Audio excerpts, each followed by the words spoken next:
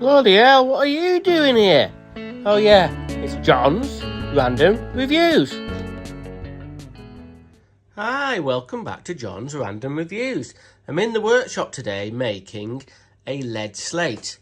Now what a lead slate is, I've done a video about this already, is we've got to put an extract system through a roof from a shower room.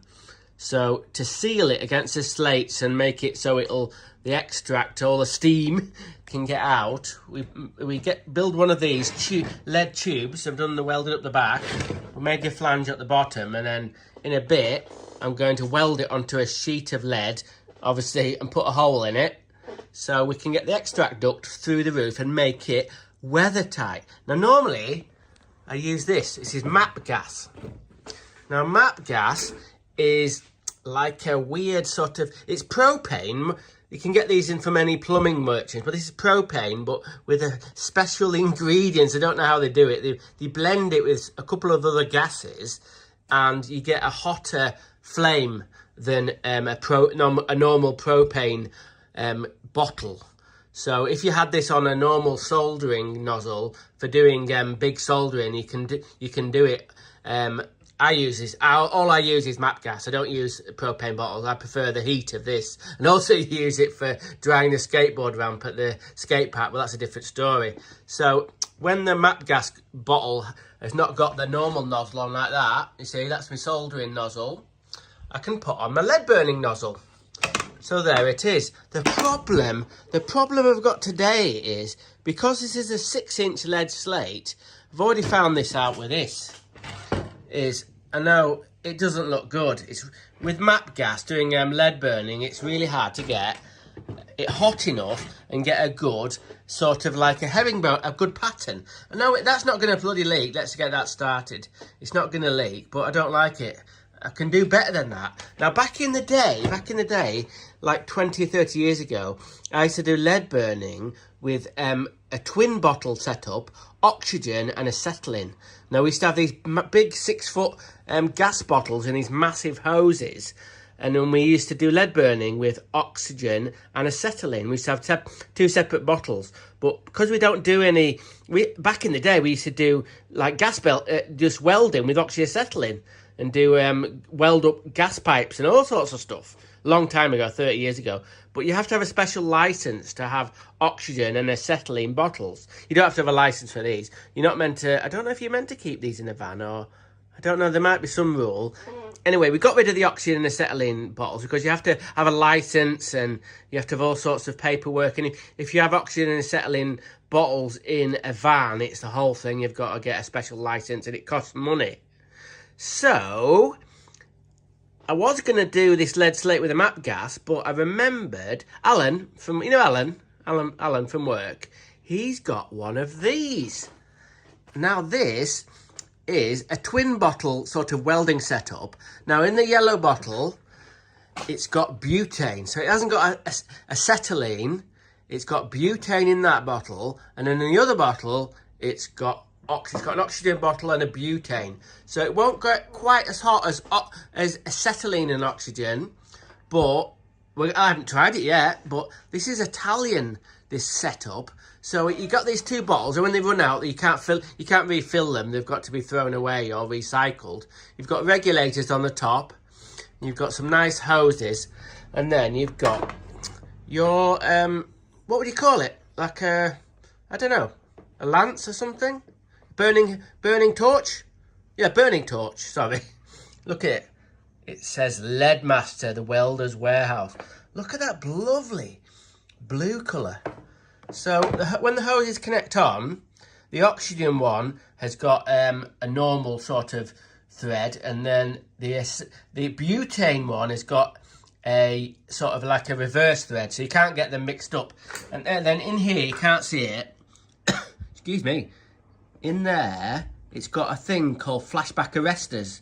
They're like non-return valves. So I've never ever heard of it happening, but apparently the flame can kind of sometimes go back up the nozzle, and obviously if it goes up the hose into the bottles, it'll blow up. So the flashback arresters is a non-return valve that stops it. I'm not sure how much regulation. There must be some kind of diaphragm in there. Like I said, it's all a new bit of kit. It comes with this nice little frame to hold it. Maybe the hoses are a little bit short and they're quite rigid. I would like the hoses to be a bit longer. Comes with 3 nozzles. It comes with a number 3, a number 4, and number 5. Now, what that means in real terms, I don't know. But from back in the day when I used to do welding with this kind of setup, I remember the number 4, that's what I used to use. And they just screw in there. Another thing of note, what I do like, is the box it comes in. The box it comes in here. It's Italian, this thing. Providus Technic. Multi-purpose portable welding machine. Now then, at the back, it's got the history of the company in the back of on the cardboard box, all the way from 1928 all the way to today. So it's where did it start? Like in Turin. There we go, in 1928.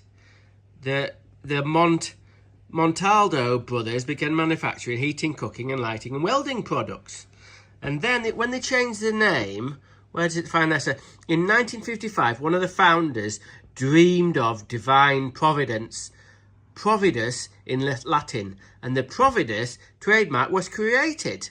So that's pretty cool. That's why it's called that. That's pretty cool. So I quite like this. It's got the history of the company on the back of the box.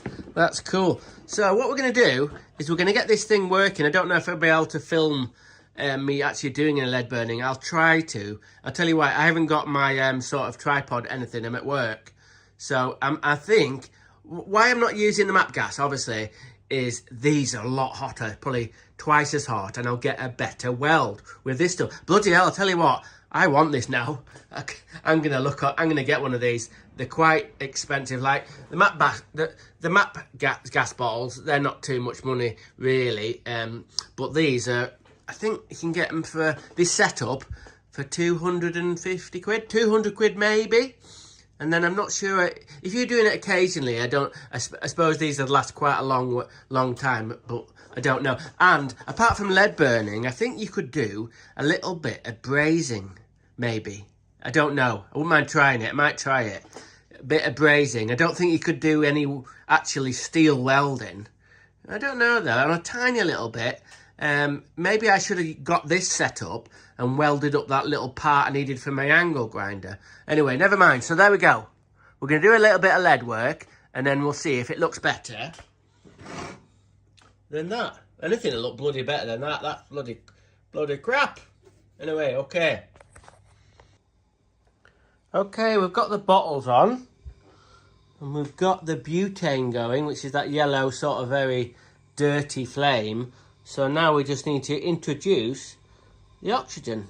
So if we turn the oxygen up a little bit, you can see the flame starts to go blue. And what we're aiming for, you see there's still a little bit of, oh, it's probably, oh, hang on. A little bit of yellow still. If we just back it off a little bit, that's about perfect.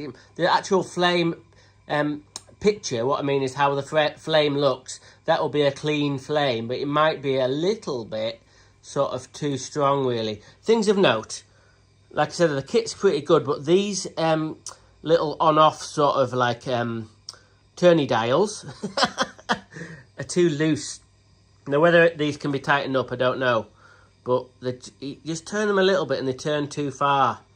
So we're going to give it a go and see if we can burn this up.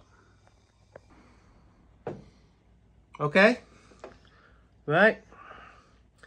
It's a lot better with the twin bottle setup. It's a lot hotter flame, and I think I'm going to get a much nicer pattern. It's a lot quicker than MAP gas, so you have to work quite quick. It's easy to burn a hole in it, but I can get the herringbone pattern in the welding, which is I haven't done for years. So as you can see, I'm holding it at a bit of an angle, and then let me just stop a minute. You can see. If you could pull in Mrs. Cameraman lady, that's not a bad weld at all. Okay, I'm stoked.